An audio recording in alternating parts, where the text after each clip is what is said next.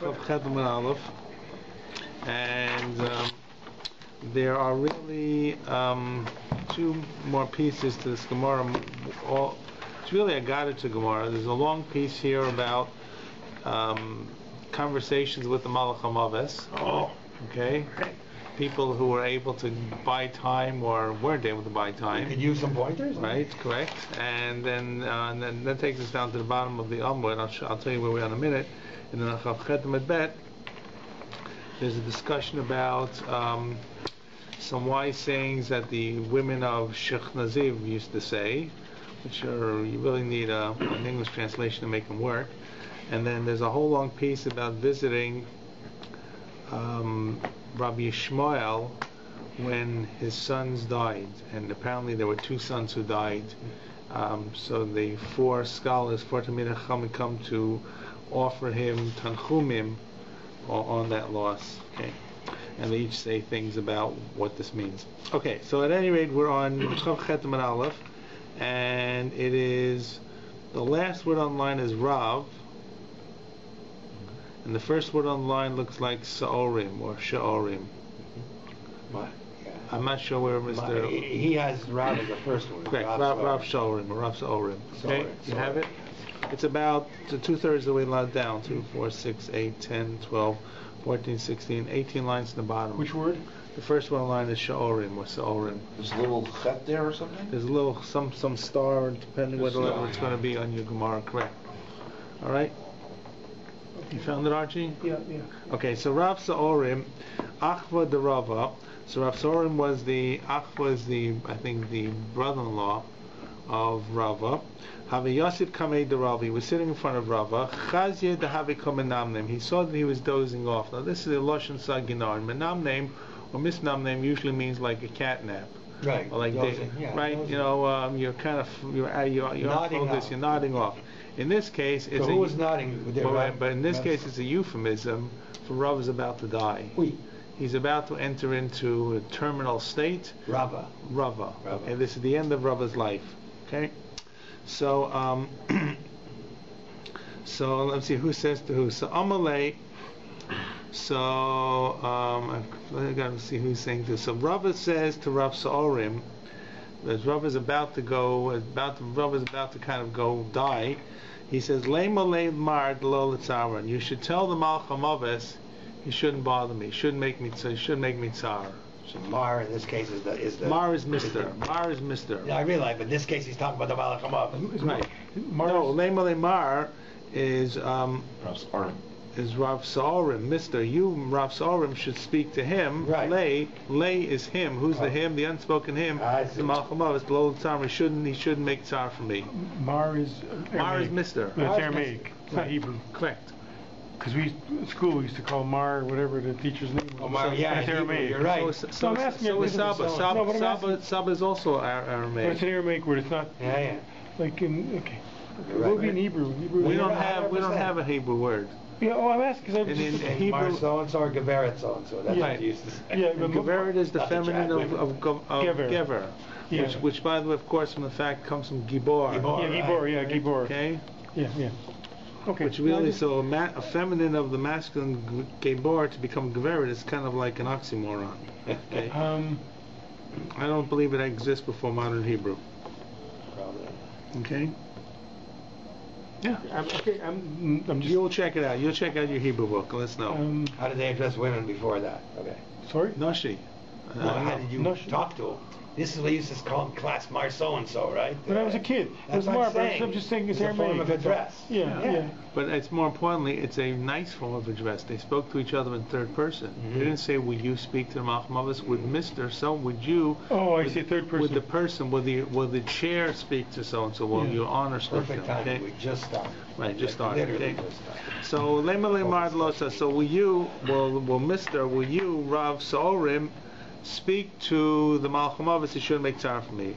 So Amalei, so Rav Sa'orim says back to Rava, Mar Lav Shushavinahu, are not you, Mr. Rava? Are you not like his best friend, his close buddy of the Malcham Aves? What are you asking me? I mean, like, because there are all kinds of Gemaras where apparently Rava was speaking to the Malcham Aves and had all kinds of conversations here. So Amalei, so Rava says to him, Kavan the Imsar, Mazala lo Ashkachbei. Once I've been put over to him, nothing is going to help. Once I've been put into his power, none of my wiles and none of my protection is going to be helpful here. So that's why I need you. So therefore, that's why I need you to kind of work for me, to kind of reduce the tsar here. Okay. So at any rate, we don't know what he says, what he doesn't say to the Malcham Aves, but within the conversation goes Amalei. So then Rav Sarim says to Rava before he dies, he says, "L'tchazi limar, can you please appear to me? Will Mister appear to me after you pass away? Tell me what it's called, how it's going to go. I want you to come back.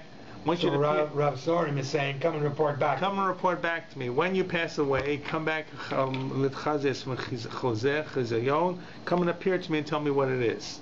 So So he, sure enough, he died and he appeared to him. So Amalei, so Rav Sarim said to him, Havalei lamar tzara. So did you have tsar, right? Because you were concerned about this. Right. Did you really have tsar? So Amalei said to him, Ki rivta de kusilta. This is like taking a puncture from a bloodletter's lancet. Right. What? It's like pulling it's like a puncture from a needle. From the lancet. From a needle. From a needle. Yeah. In other words, if the common needle were bloodlettings. Right. But then when you go for an injection, right, or a shot, a vaccine, how much pain is there? It's not the end of the world. world. Not much. Not much, right? If it's sharp, if the lance is sharp, you feel a prick, and that's it. Right? If it's even a skilled or semi-skilled type practitioner. So what you're saying is really, death is not so painful. The actual moment of death for me was not that painful. Right. We don't know what it means for other people. So there's no problem in asking the dead to come back? No. Did it every day. That's not the point of the story. Was not that they asked him, but he did. And these are tales from the crypt of what death is all about. That's why this is the end of the Gemara. This is, when you have Masechta, the last daf has all these like unusual kinds of endings. You usually like that? Well, many times. Many times. Like you'll see this whole long story about Rabbi Yishmael's children and them coming to be Menachem Avo on their death. So that's the kind of thing you'll find at the end of a Gemara. It gets like a little bit of I would say lighter. It's not lighter. It's not morbid, but it's not halachic material. Exactly. So now there's a bunch of stories like this. So now next story. Rava Hava Yosef Kamei de Rav Nachman. So now this next story is about Rav. When he was still alive, presumably. Right, Rava before he passed. There's an earlier story was in front of Rav Nachman. The Chazye de Komen Amnem. So once again, the same kind of story. So Rav Nachman was about to doze off into eternity, so to speak. So Amalei said, Leima Leimar Lo Litzaron. Okay, so the same thing. So Rav Nachman says to Rava, can you kind of tell the Baal Chamavas he shouldn't make tsar for me? So Amalei, so he said, Mar Lav Adam Chashiv. Who are you? Are you Rav Nachman not Adam Chashiv? So he said. So Rav Nachman says, Man Chashiv, Man Safin. Who can be a Chashiv? Who could be a Gibar? Man Rakia or Man Reka? Also, who is powerful? In other words, who really has anything here? Who is set up to be able to fight against the Malcham Aves? You're telling me Madam Chashiv. It doesn't really hold water. So once again, the same story. Amalei let Chazali Mar. Can you please appear to me and tell me how it goes? What's dying all about? So it's Chazile. So sure enough, Rav Nachman passed away and appears to Rava. So Amalei Havalei Lamar Tzara. Did you have pain when you die? Right.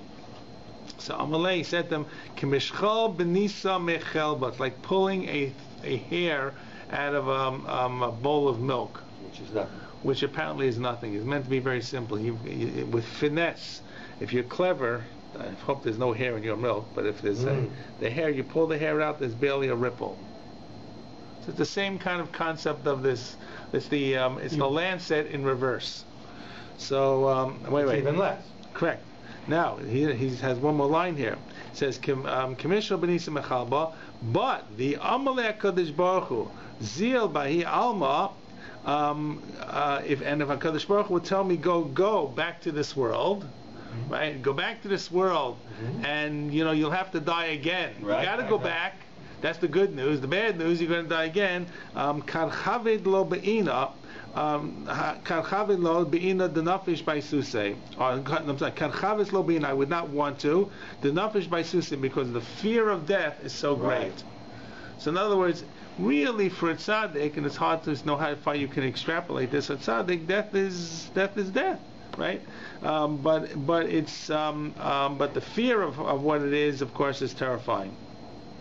Okay, now having brought these two stories, we got more stories about the Malach HaMavis. Rav Elazar havakachal truma. Rav Elazar was eating truma. It chazilei. So he's supposed to be eating truma, I'm assuming. Yeah, we'll assume he's supposed to be eating truma. He's a Kohen, okay? So it chazilei. So he appeared to him. Who's the he? The unspoken he is the Malach HaMavis. Appears to Rav Nachman. So to Rav Elazar. So Rav Elazar doesn't want to go yet. So Amalei says truma kachilna v'lav kodesh ikrei. So he says, I'm eating truma, and isn't that called holy? How can you take me when I'm eating holy food? You, Malach HaMavis, are the antithesis of holiness. Absolutely. I'm being protected by the holiness of the truma. And sure enough, chalfalei shaita, the hour passed. So the Malach HaMavis only can get you at certain times. There were certain opportunities, and if you miss it, you miss it. And he lived, obviously, many more years. Rav Sheshes is chazilei b'shuka. So Rav Sheshes, the Malach HaMavis, appeared to him in the shuk, in the marketplace. Don't ask me how he knew it was the Malach HaMavis. Probably a fiery sword of some sort. These standard pictures you see. So Amalei, so Rav Sheshes said to the Malach HaMavis, "B'shuka kebehema." So you're going to take me in the marketplace like an animal? What am I, an animal? What am I, chopped liver? Right? Isa legabe beise. Come to my house. Yeah. And he bought time with the Malach HaMavis. Okay. Maybe he was the only one who saw him. Maybe Correct. Everybody doesn't see the Malach HaMavis. Only the person who maybe is going to pass away sees Well, the that's Malach. it. He's Maybe really, not. Correct. That's he right. was on the list. He was in he was on the list. Well, Right. no, from the first story we saw, I don't know. I'm just saying. I don't know. So we don't know what the Malach HaMavis looks like. We'll see one story where he does come. There's an apparition of some sort as we get down to it. It doesn't tell you what the Malach HaMavis looks like. It doesn't tell you what it means he comes back to in a dream. How did he appear? What did he appear? These are very difficult stories to try and make sense of. Yeah, I mean, appeared. Okay. Clearly, they became aware of the Malach HaMavis. That's the Yeah. So now, next story. Rav Ashi et chazele b'shuka. So another story. Rav Ashi, the famous Rav Ashi, he saw him in the marketplace. So Malach HaMavis. So Amalei itra le tart klasin yomin. Give me 30 days, he says to the Malach HaMavis. V'ahadri le talmudai. And I want to bechazer over my Gemara. I want to chazer over my learning. So. He's making deals with Exactly. These stories about making deals with the Malach HaMavis, buying time. Yeah, but God has a plan. Well, you see, but sometimes God is not taking him. He sends the Malach HaMavis, and apparently you can. He's giving the Malach HaMavis a little autonomy here. Look, it's a famous story of David HaMelech, who was supposed to die on the Shabbos, and every Shabbos he would study and study and study and study. And we're going to a very similar story. And they lose their concentration. Right, they lose the story's going to come up with not of David HaMelech, one of the Amoraim. So these are all stories that the Malach HaMavis can't touch you if you are involved in doing holy things. So once again, Rav Ashi says, I'm willing to go with you, but I need to chazer over and put my learning in order. People put their house in order. So Rav Ashi needs to put his learning down. Because people say, Ashrei mi shebolakan v'talmud biyado. Happy is he who comes to here. Here is heaven, and he has his Talmud, his study is organized. Talmud, of course, means studying Gemara or studying Torah. So, sure enough, what happens? They gave him the 30 days. Right, biyom tlasin asa. On the 30th day, the Malach HaMavis returns. So Amalei, so Rav Ashi says, my kuli hai. Well, we're like, why? You had to come right now? You couldn't wait another minute? Couldn't be 31 days? Why so quick? What's the rush? So the Malach HaMavis says, Kodachke ragli de bar nasan, that it means literally the feet of Rav Nasan are pushing. There was a time for Bar Nasan, who was one of the early post-Amoraic leaders. It's time that he's going to become the Rosh Yeshiva. Malchus nagas b'chaverta afilu k'mali nima. And one kingdom doesn't touch the other even by a hair's breadth. So your time is up. Sorry, you got to go, but the curtain has gone down on you, and the next Rosh Yeshiva needs to be installed. Okay. Now here's a story that's similar to the Davar Melch story. Rav Chisda Lohavi Yochele, the Malcham of his couldn't get him. Why? Lohavi Shosek Pume Migirse, because his mouth didn't stop from studying. 24/7 he was studying. So Salik, so the Malcham of his went out, or left him, so to speak. Yosef Bi'arza, the Beirav. He sat on a cedar tree that was outside the study hall. Paka Arza, this tree broke, B'Shosek, and he was quiet. He was startled by what this was. His concentration was broken, and sure enough, what happened? The Yochele. The Malcham of his got him. Okay? All right. Now, Rav Chia, these are, by the way, all very famous people. This is Rav Chia, but he went to the home of Rav, so I guess they must have been nearby. Oh, the Rav means... Beirav means study hall. Rav Chia means Rav. No, Beirav means the house of the rabbis. Of the rabbi. Beis Medrash. This particular rabbi. Anyway, right. In this case... Beirav means the house of the rabbis, means the Beis Medrash. He was studying the Beis Medrash 24/7. And she stopped for a moment. He was startled. So, you have to recognize a story like this happens. People see that Rav Chisda is studying, the tree breaks, and he dies, and there the story, that's part of how the legend is created. I mean, I'm not saying the legend is not true, but I'm saying that was the visible symbol that people associated with it. Rav Chia, Rav Chia lo have matzi lemikravile. So once again, Rav Chia, the Malcham of his couldn't come close to him. And he couldn't figure out how to approach him. Once again, he probably also was studying. Yom echad idmele kaniyai. He appeared like an ani. Okay, so he appeared to his house like a poor person, like a pauper. Asa tarf abava. He was knocking on the door, and Amalei said, "Afikle rifta, bring me out, give me some bread." Okay, and sure enough, the people of his household, afikule, they gave him bread, and looks like they let him in. So now he could get close to Rav Chia. He couldn't get close to him to use his whatever powers he had. So Amalei, so he said, "Valav kom," and he's speaking now to Rav Chia, who he wants to grab. He says, "Valav komarachim mar aniyeh." And does not you, Mister, meaning Rav Chia, have mercy on an ani? Ahu gava my lo kamarachim. Why do you not have mercy on me, on that guy? Means he's referring to myself. If you have mercy on this poor guy that you won't give him bread, what about me? I also have to make a living. Malcham, I have my speeding quota, I have my ticket quota, right? I have to bring back so many souls. My lo kamarachim. Why does Mar Rav Chia not have mercy on me? And sure enough, Galilei, he opened up. He appeared to himself like in the comics where he raises out, and what happens? Achvele shuta denura. So he suddenly appeared like a staff of fire, a big fiery column comes out, and which is of course a symbol of Malcham Aves, right? So Amtzalei Nafshi, and he gave over his soul. He realized he couldn't argue with the Malcham Aves, and the Malcham Aves was vindicated and got Rav Chia. There's a lot of famous people that were involved. So this is a fitting way to kind of bring somewhat of a conclusion, at least this long piece of Gemara that we had. Why would it work with these people now with Moshe or something? Moshe didn't want it. Well, maybe they did. You know what happens to Moshe? No, Hashem takes Moshe. Yeah, I know, but he... No, not talking Moshe Rabbi. Oh, because of the Malcham Avis wasn't involved? Is that what you're saying?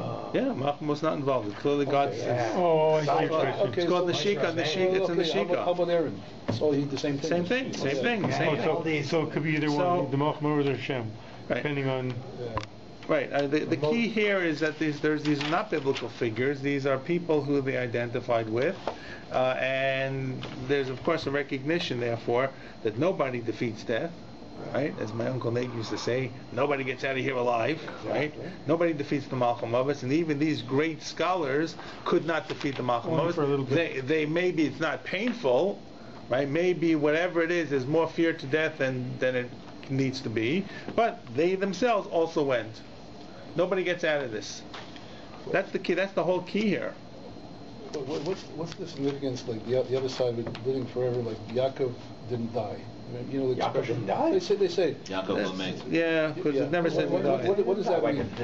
Because it doesn't say. But I don't know. They buried him. You know what I'm saying? It's like buried him alive. They say Yaakov Lamed. You mean they buried his body? Yeah, I don't know. It's a very strange medrash. He doesn't die. Of course, he died. He's dead. right? We know he's dead. I mean, there's a few that didn't die, but the body went up, like Eliyahu and Chanoch, that we know, right? Right. I don't know. Okay, let's move to the Mishnah. This last Mishnah here, and once again, like Yaakov tells his son, I'm going to die. Make sure when I die, you bury me where I buried your, where I buried you. But the Medrash says Yaakov will be no Yeah, but that's what I'm saying. I believe, if I'm not mistaken, Rashi quotes that Medrash also. Yes, yes. Okay, last Mishnah. Noshim b'moed. Noshim b'moed ma'anos avalo metapchos. So remember, we can't forget this is all about Chol Moed. So in Chol Moed, it's ma'anos like there. Anos is like to be in mourning, right? We'll see what ma'anos and what metapchos is. Ma'anos is that they all say the dirge together. Apparently, now once again, things were more structured in a different way at funerals. We have professional eulogizers who are hired in the same way that people hire badchanim in the Hasidic world for weddings. They hired professional speakers, like people hire a DJ, right? Or you hire a motivator, or you have an MC at a simcha. So they had professional MCs who gave the eulogies, who were trained and knew how to get up. Think of this as poets.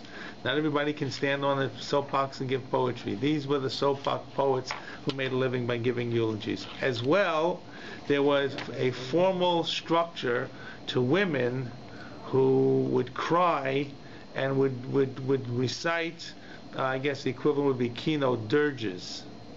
And we're going to see some of those dirges in the actual Gemara. So you've got two things going on here. It must have been very full of pathos and full of emotions, because it's not like today where people get up and talk about the individual. It was meant to create a feeling of empathy and sadness and crying, and it's all done in this poetic format, which you need to appreciate if you lived in that time. For us, it looks very stilted. You want to talk about the person did this, did this, and the person lived here, and these are their values. That's not how these go. They're written in ways that for us seem very cryptic, which we must imagine must have been very clear for them. So ma'anos is that all the women are crying together. Okay. There are different ways in which they went through this. Ma'anos is where they would say it together. Mekononos, I think, is where one woman would say it, and the other people would respond. Okay, so on Chol Moed, they would do ma'anos, and they would cry together, but they would not. And here's what they did not do on Chol Moed: avalo metapchos.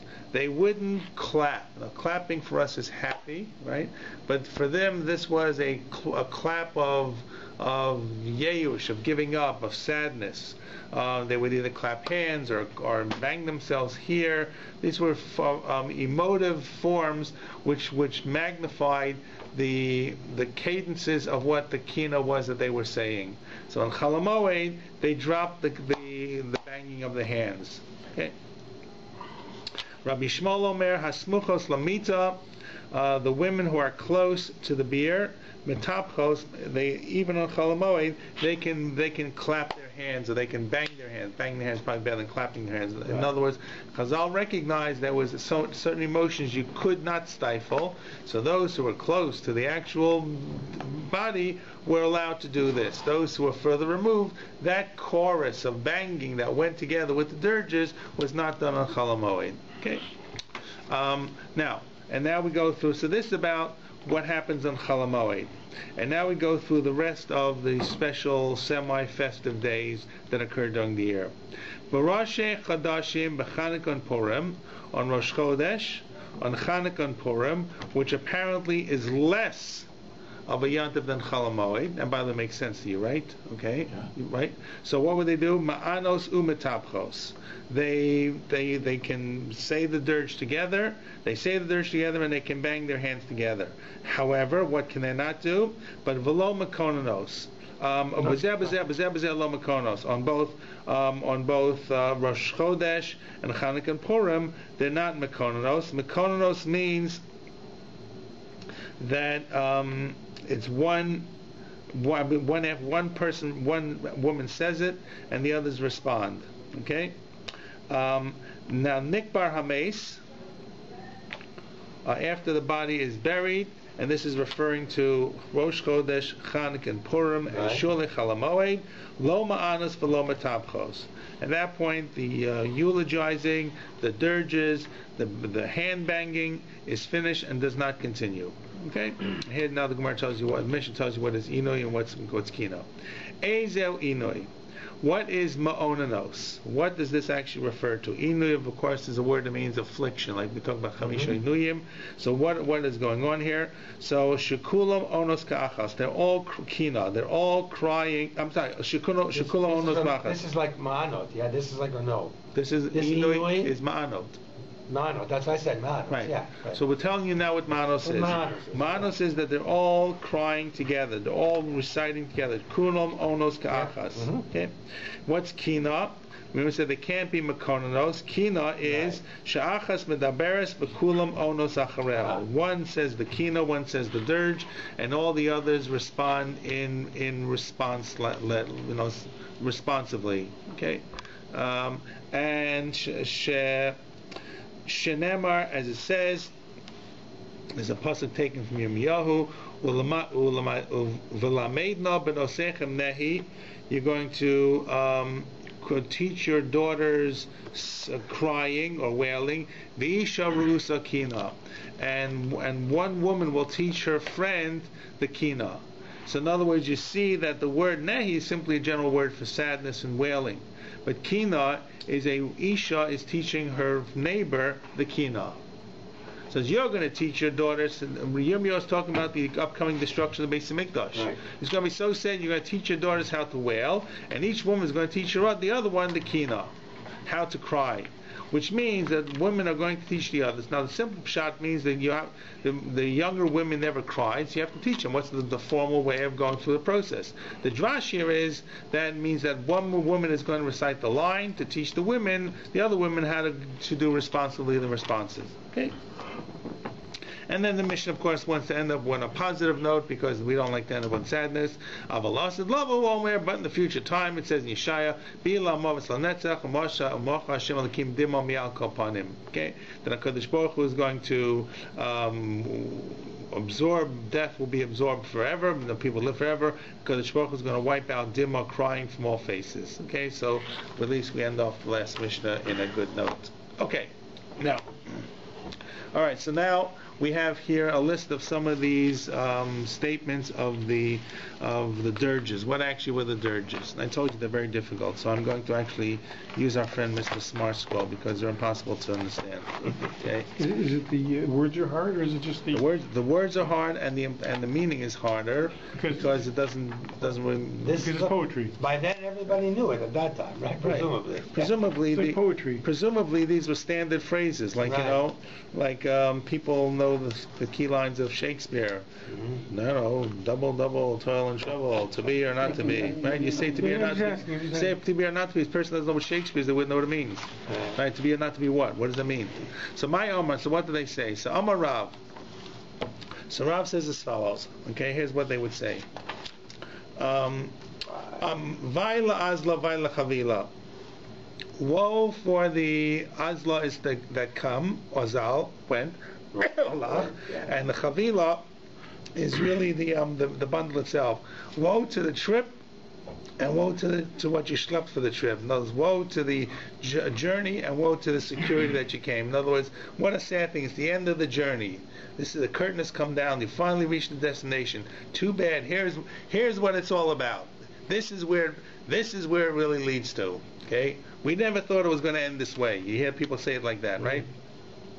And Amar Rava, and Rava said. So the first one was said by Rav. Now Rava says, "Neshei de Shech Naziv Amrin." Here's a statement of what the women of Shech Naziv would cry together. They say Hachim, Vaila Azla, Vaila Chavila. It's the same statement, same thing, okay?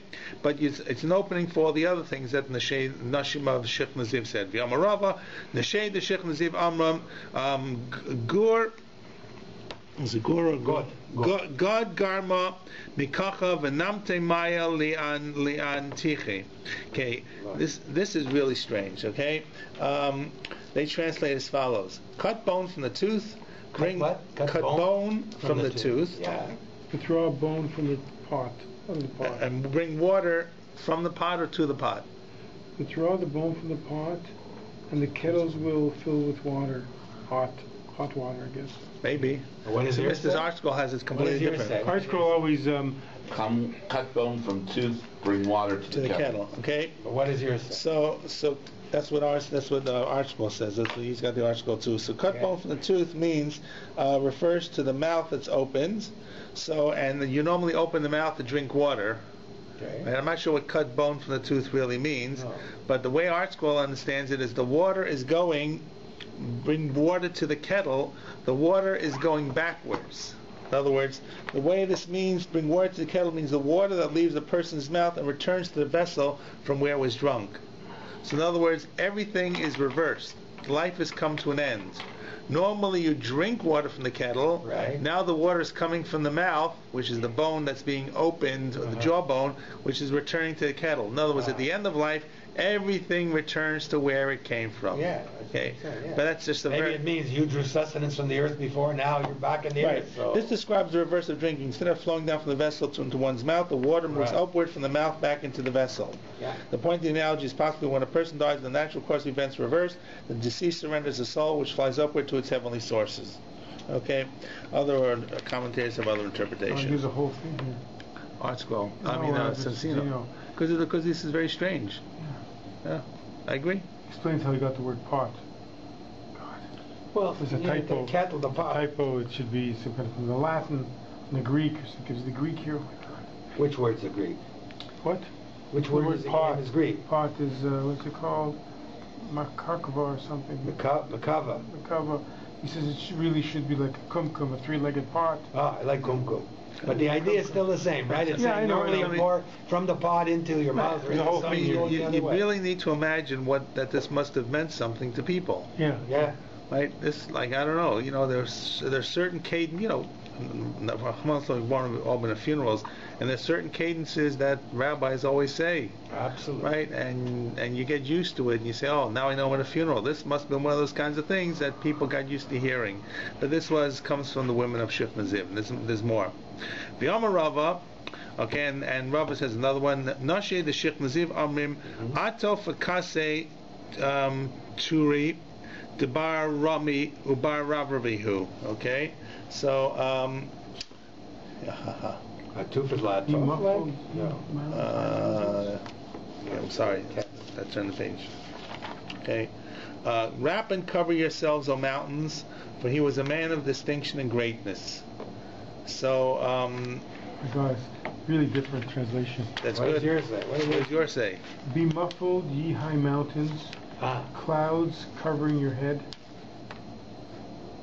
That's what it means. Cover the mountains. Cover your that's it. head. Yes. What about the bar Of rachrivi? high lineage and grand ancestry, come he that is dead. That's it. So what does it mean? So He's the saying mountains are covered because the mountains are crying.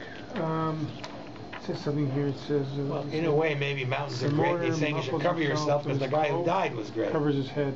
Right. So the way they interpret it is the mountains are being covered by...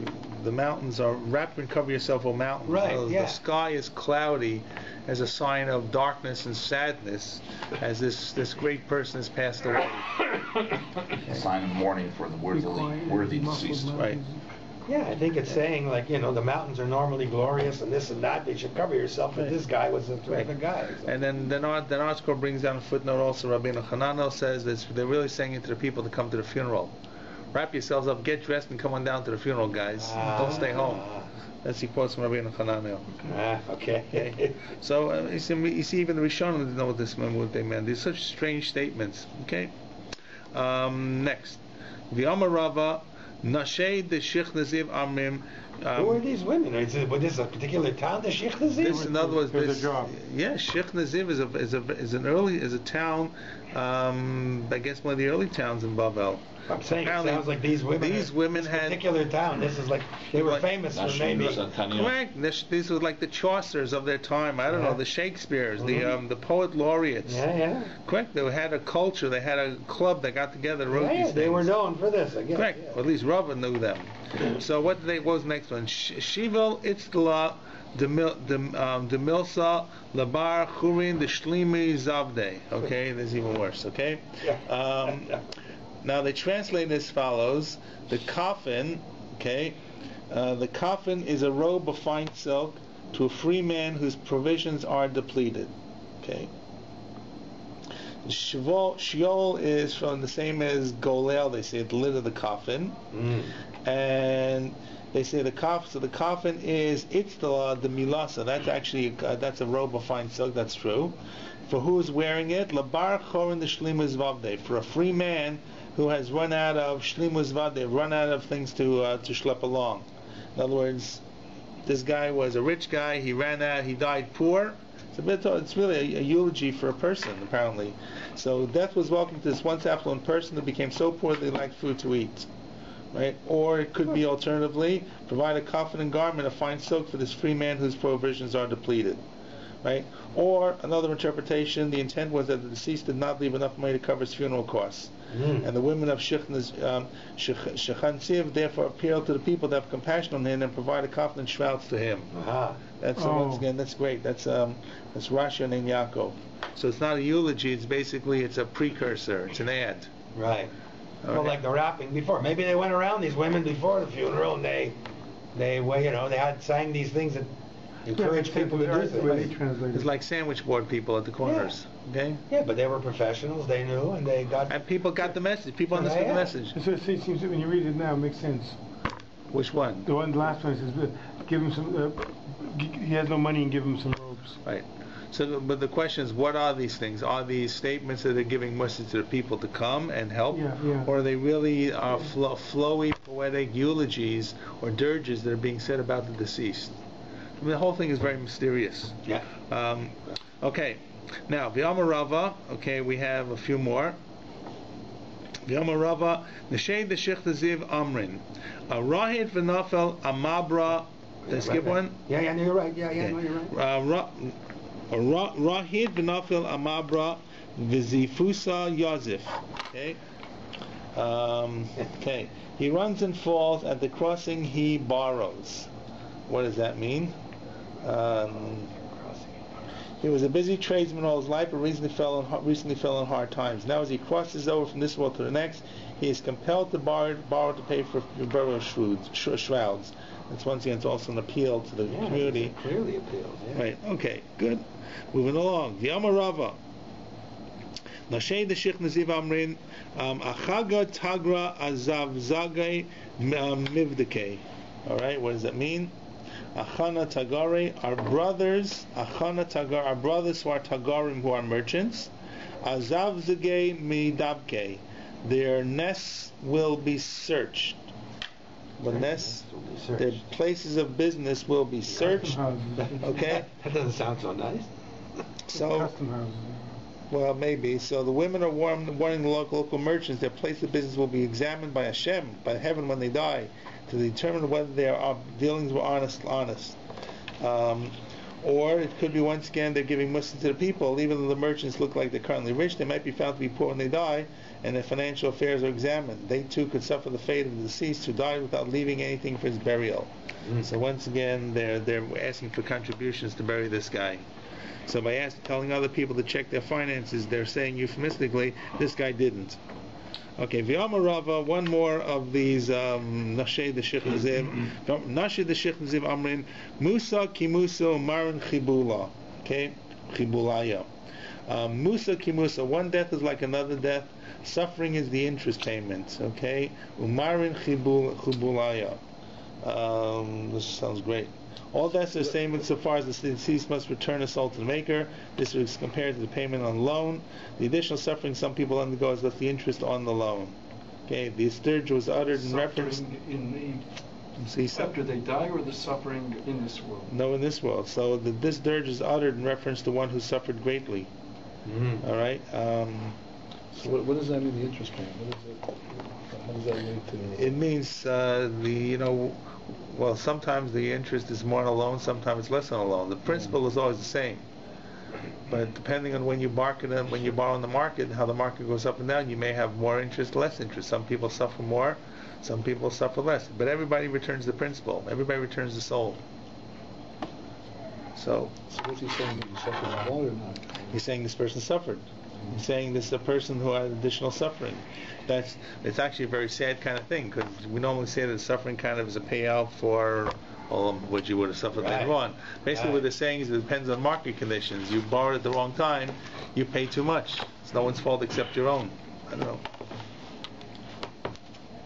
So these are all very, very, very strange kinds of things, but once again, we have to understand that they were said in the milieu of what people expected to be heard, or we used to being heard, and there must have been dozens of others in different communities that were similar in nature. This is what these nashim would do.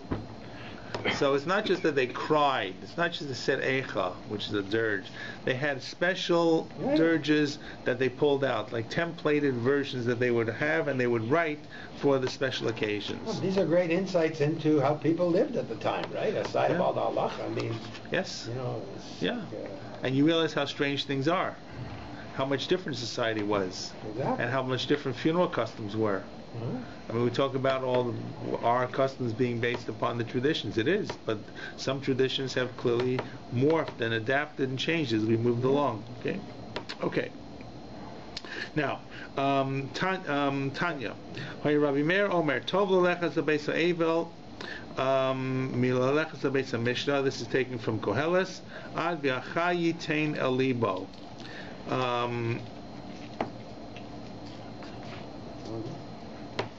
What was the end of the sentence? He only has the beginning of it here, right? So, yes, he says, and he quotes, etc., etc., etc., until v'achai yitain el libo, the living person will put it to his heart.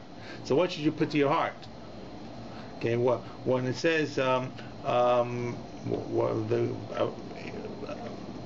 Koheles is saying, look, there's the purpose of life is you got to really put some meaning into it, because life does not have meaning unless you find meaning. What's the meaning that really is going to put solidity or seriousness in your life? What do you put to your heart? Dvarim shamisa, matters of death. Now, what does that mean? Matters of death. Okay, what are you putting to your heart? What are you really thinking about? Obviously, everybody dies. So the Gemara now tries to explain what these matters of death are. So the Gemara says as follows: the yispeid yispedune, the yikvar yikvarune. So if a person eulogizes someone else, others will eulogize him. The person who is the eulogizer, he will be eulogized. The yikaver yikvarune. If he goes to bury people, he will be buried by others. The yitan yatune. If he carries the deceased, others will carry him. He's not going to be left alone. The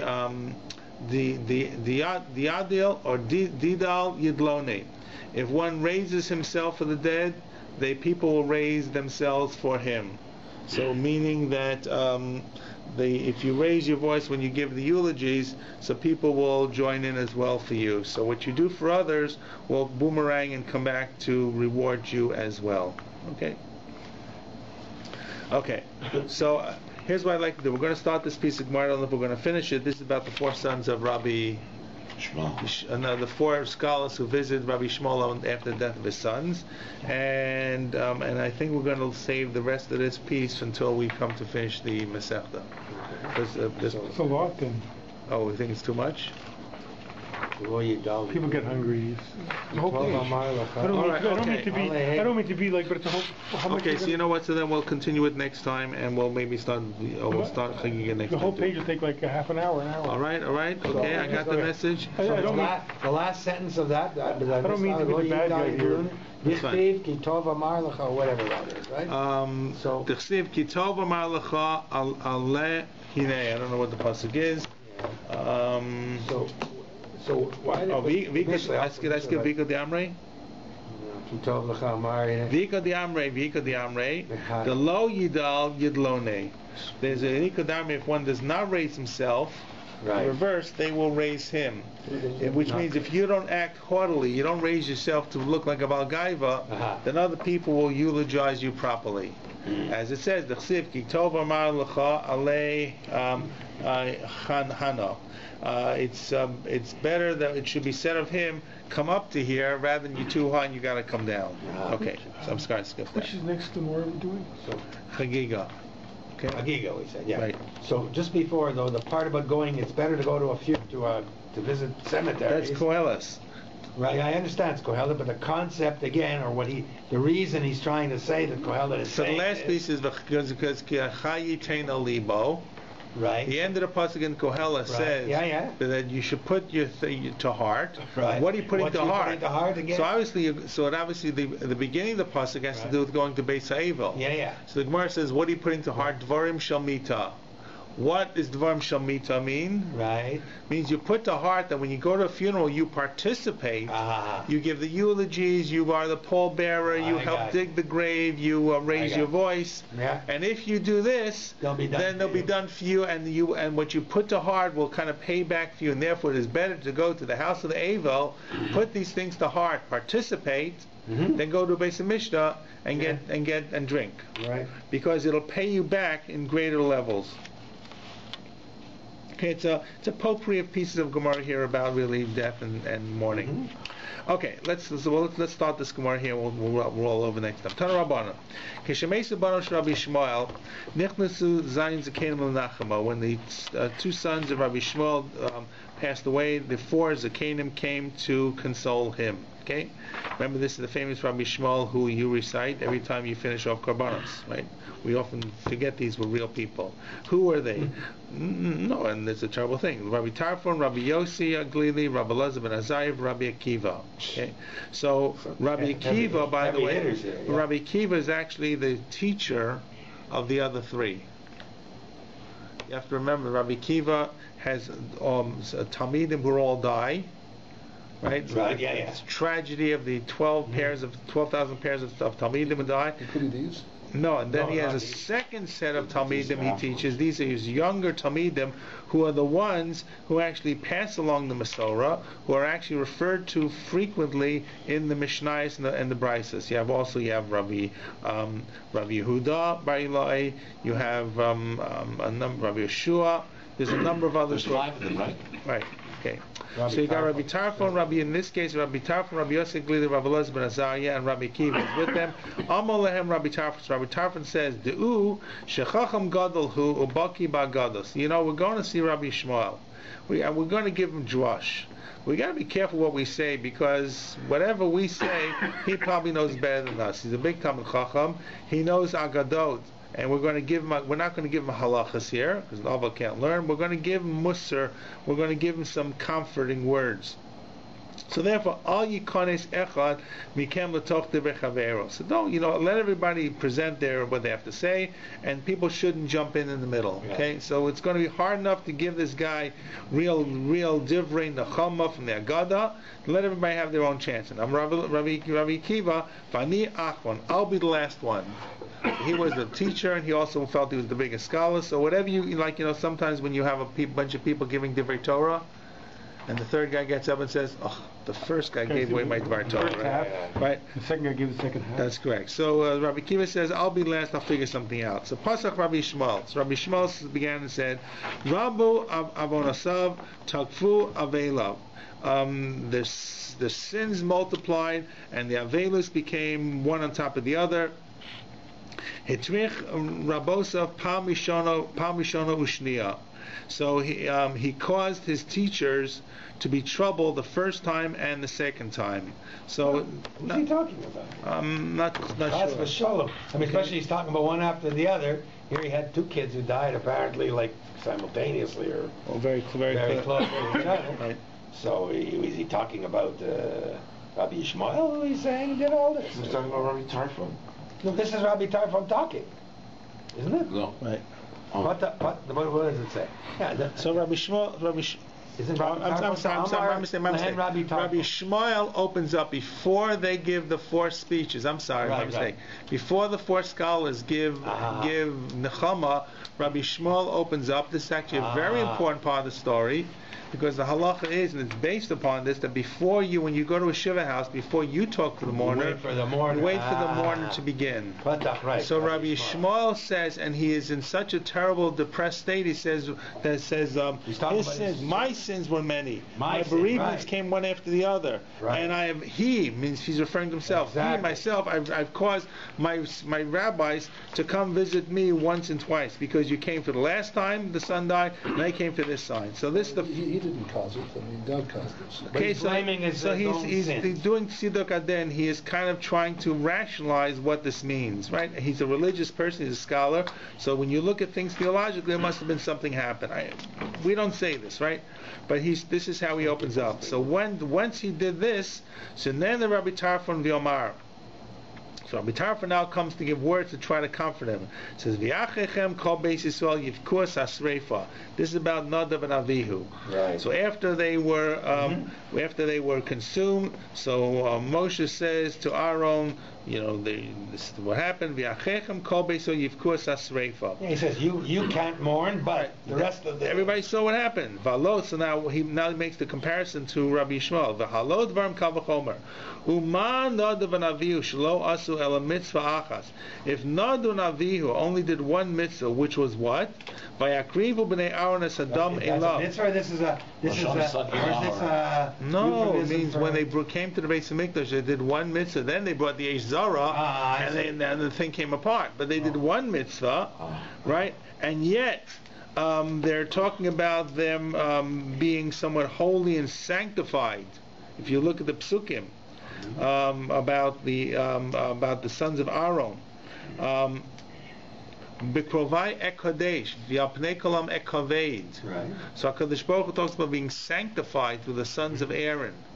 So they only did one mitzvah, and yet God calls them in this grouping of psukim in Vayikra Yud that they're called what did I say? Holy.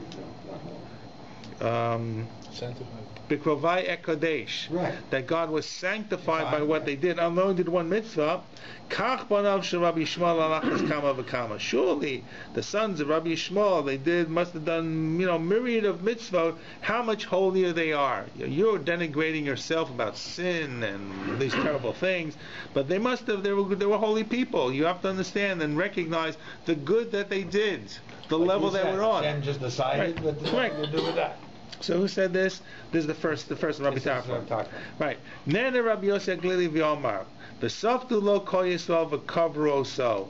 This is about burying Avia ben Yeravim. That it says when Avia ben Yeravim, the son of Yeravim, dies, they mourned him. All the Jewish people mourned him, and they buried him. So who's this again? About the son of Yeravim ben Avad, who broke away. He was a bad guy. He was a bad guy. And his son is not such a good guy either. So what happened? So it says when he died, then V'saftu kol Yisrael v'kavro. So all of Israel eulogized him and they buried him. Why did they do that? Well, for one, he was a king. Second of all, they probably had to do it or they would chop their heads off. Okay. Okay. But whatever. But that's pshat. That's pshat. It's just saying there was this massive state funeral. Outpouring of sorrow. Correct. And therefore the Kal V'chomer becomes V'alo dvarim Kal V'chomer Ma Avya Shel Yeravim Shelo Asa L'Davar Echad Tov. He only did one good thing. Well, now what did he do that's good, right? So first of all, the pasuk says, "Dechsive Yan Nimsa Bo Davar Tov." The pasuk doesn't really tell us what he did, but it says he was given a royal state funeral and buried with pomp because he did one good thing. Nimsa Bo Davar Tov. We don't know what it is yet. So if he did one good thing and he got all this recognition, Kachbanav shel Rabbi Shmuel alachas kama v'kama. Surely your children, all the good they've done has to be recognized as well, and we're here to recognize that. So what did he do good? My davar tov, what did he do? Rabbi Zev, Rav Chinana bar Papa, Charamar Shabito Mishmarto V'yola L'regel. So Yeravim ben Avad was known that he prohibited people from going up to Yerushalayim. Right. He set up agolim, he set up calves and dun and so forth. So one thing is possible, they're conjecturing this, or this Torah Shabbat Peh, or traditions, that he left his watch and he went up to the Beis Hamikdash. He himself, Right. The king Stopped of other Israel, people, but the he king went. of Israel went himself up to Yerushalayim. On Charamar Shabita Pardal Shoshi Rav Avim Ala Dwachim Shloyal Yisrael Regel. Another opinion was he stopped the actual sentries from being there. So this is everything else he did bad. He worshipped idols, he did evil things, he beat people, he stole, but he did one good thing. Either he went to Yerushalayim himself, or he allowed other people to go to Yerushalayim. He allowed other people. He stopped other people. Well, he obviously looked like in this particular once he must have done so, or in one sentry, in one watch area, in one border patrol, he let them go through. Okay, let's maybe barrel through a little more. Nana Rav Elazar ben Azariah Amar B'Shalom Tammuz of Misrafos of Avosecha Malachim Arishonim Asher Hayu Lefanecha Yisrafu Lach. Okay, this is about the death of Tzidkiyahu. Now the rule was, when a king died, they used to burn all his clothing and items. Because no one else could have. Because no one else could use it. Yeah. So it sounds to us like Bal Tashchis. It was really, the Gemara talks about in Masechet Kedushin, I think, it's really about a kavod for a melech. So it says that when Tzidkiyahu died, so before he dies, the prophet says, you will die in peace. And even though Tzidkiyahu was taken captive, you'll die in peace, and you'll have the same burnings that they did for your ancestors. They'll do for you as well. You'll get the big burn. Okay, that the people give you kavod like he was. Tzidkiyahu was captured. Yeah. Tzidkiyahu was captured by the Babylonians. Absolutely. Torture. And not just tortured, but they killed his sons in front of him and then blinded him. Yeah. So that'd be the last thing that he would remember. So what's this b'shalom? Now, we'll come to that. But at any rate, Tzidkiyahu is promised by the prophet, B'Shalom Tammuz, will die in peace, and he will be recognized as a great king, even though he went out and was humiliated. So Allah Dvarim Kavachomer. He only did one mitzvah. What did Tzidkiyahu do? He only did one mitzvah. Tzidkiyahu? No, I guess Tzidkiyahu did a whole bunch of He's this. a big mitzvah guy. I don't know, but maybe the one that's on the cheshbon of when he dies. What did he do? Shehela Yirmiyahu Menatzit. Yirmiyahu was put into the pit, and he pulled them out. Kach Baruch Rabbi Shmuel Alachas Kama V'Kama. Surely, with the children of Rabbi Shmuel will surely be rewarded. Okay. That's a weak one, I think, no? Mm-hmm. It doesn't Right. sound like The it. ones Very before- the accurate. ones before Now, that, the Gemara does not talk at this moment about what exactly it means B'Shalom Tammuz, right? Because that's the obvious question. How can you say he died in peace? He was schlepped away in chains up to Babylon. He was blinded. So the Gemara will ask that in a number of lines, which we're not going to get to until this will probably actually be the last session. I think we're close enough, sir. Mm-hmm. What do you say? Not I'm sure. not saying a word. Okay. Because, my wife always tells me, Better don't be safe, embarrass, yeah. don't embarrass the family. So Whatever you think you're is doing right. okay, don't worry. So I think I actually think we're close enough. But what the Gemara is going to say, I'll say it now so we can go through those lines quickly when we come to it, is that Nebuchadnezzar died. Nebuchadnezzar died before he died. So apparently Tzidkiyahu was He had the released pleasure of at the- seeing, or hearing or hearing, recognizing, whatever, and apparently it means he may have also been released at that point. To the end of his life, he may have actually been out of prison. So while he had all these horrible things that occurred to him, the end was B'Shalom Tammuz. That's what the implication is. A small consolation, but they're saying if he had this B'Shalom Tammuz, then the sons of Rabbi Shmuel so forth. So here's where we are. Here's where we're at, because we're going to stop here, and it's going to be probably till the end of summer until we get back to this, or maybe more. So we have one more eulogy by Rabbi Akiva, which is a bit convoluted.